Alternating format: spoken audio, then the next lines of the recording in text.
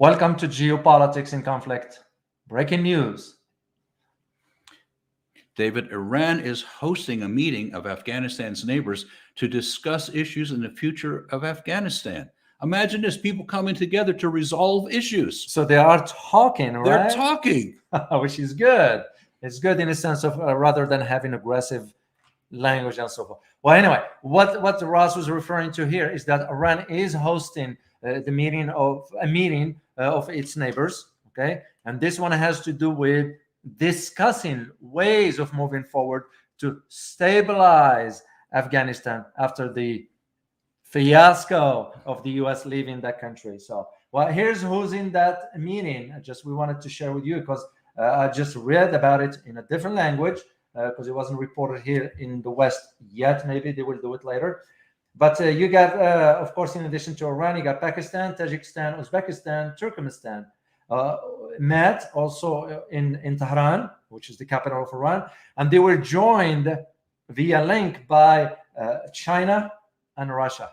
So what does it tell you right there? So this is almost a geopolitical move to ensure that Central Asia will not have any American presence because the Americans were not invited. Not a surprise. Yeah. Well, after the debacle in Afghanistan, you know what happened in Afghanistan after the U.S. left and the way we left Afghanistan. So those countries were thinking in terms, this is not going to be resolved on its own. How about if we get together? And apparently, Iran took the initiative in this in coordination with Russia and China. What I found very interesting about this is, remember, Ross, one time we did a video and we said, can you imagine in a near future a triangle of Iran, China, and Russia together? We not only could imagine it, we've seen it come to reality. Exactly. And this is an indication for that to happen. Yes, we all know about the tensions going on regarding the GCPOA, which we just had a conversation yesterday with one of our guests, Dr. Parsi.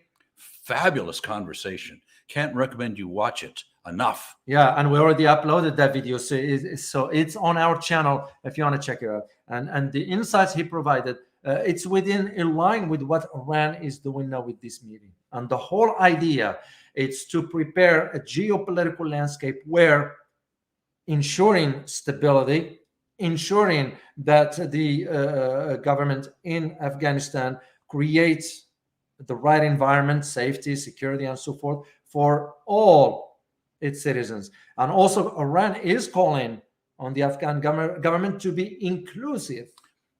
Very impressive. Representative of all minorities or ethnicities in the Afghan, because Afghanistan has a long history. And if you know anything about Afghanistan, you go back to 1979 when the Russians trying to invade Afghanistan. Nobody's going to ever, defeat. This is why they call it the graveyard of the empire for a reason. But the idea of this meeting, personally, as a geopolitical analyst, I'll think of it in terms of, okay, is Iran reshaping the dynamics in Central Asia? It certainly seems to. It looks like it, because all those countries are neighboring of Afghanistan, which Afghanistan is neighboring of Iran. So you can just see why. But also, this is an indication also of the decline of the United States global power. Since when you don't invite the United States to a meeting? Well, it's now. It's now. So it's happening. They're uninvited. No, they weren't uninvited. They simply weren't included at all. That's correct. And the idea of China and Russia supporting this kind of initiative, it tells you right there where the dynamics on the global stage or the global geopolitical landscape, that is, how they are today. You take a look at the topics that are being discussed. These are really frank, very open discussions about really opening up the government to be inclusive, how to ensure borders, and how to put safety into the whole region. And there is one other thing that they addressed in the meeting. It has to do with requesting from the United States to lift the sanctions on Afghanistan. Because now they are preparing, and I think soon they're going to release a joint statement. Because usually in this kind of gathering, you issue a final joint statement. It's a protocol that usually here is what we stand and here is what we like to see happening. and we advise all the parties to put their efforts into it. Well, all of them agree that the United States needs to lift its sanctions on Afghanistan. Let's hope they do, because the severe poverty and now the risk of widespread famine and death as a result of these sanctions and other things. Yeah, exactly. But the whole other idea of all this is that to me, it's an indication for dialogue is always better. Always. Conversations are always better. You sit down. Even, I mean, do you think, for example, Iran agrees with Tajikistan? No, they don't. There are differences there. But that doesn't mean they couldn't sit down and talk. And this is where I see the dynamics of this particular meeting in Iran. But also it came on the heels of Russia rather, recent military drills in the border with Tajikistan. How interesting is that? So you can just see, this is why we always say geopolitics is like a chess game. You have to know how to move on the board. You can't just do random stuff. And for us in the United States, it seems to be our foreign policy. It's like, has no direction whatsoever. It's like we're reacting to events rather than having sort of a well-established strategy, right, how we're going to deal with the issue.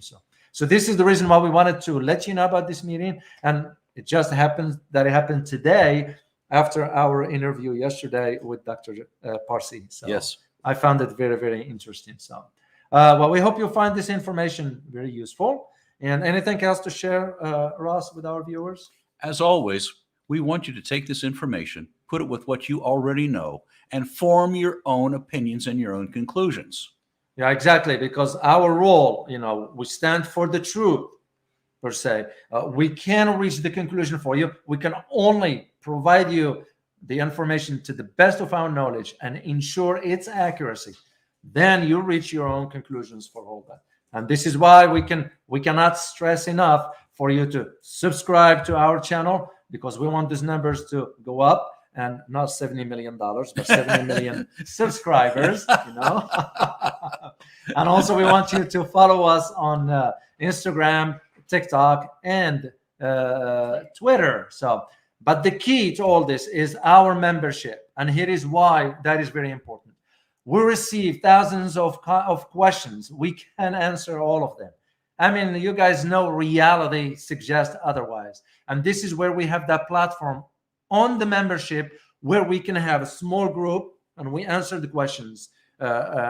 Same thing. We have the, what do we call it? For the Discord, it's on a separate, is it network? It's a separate platform where you guys can talk to each other. And exactly. So on a different platform, and I do get on it sometimes. I don't know, Ross, if you get a chance to do it, whatever, but I do get on it and I answer some questions there. So membership is very, very important. But also because we do also presentations there. We do Q&As live. Of course, we can answer questions, but we can't answer 1,000 questions. It's common sense.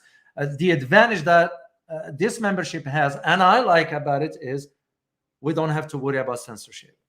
We can say what we really think. Yeah. We can give you the straightest information we have without any fear of people coming after us. Exactly. So you guys check it out. Check that membership on geopoliticsinconflict.com. And of course, we look forward to seeing you tomorrow for our Friday live stream. Until then, stay informed. Bye-bye.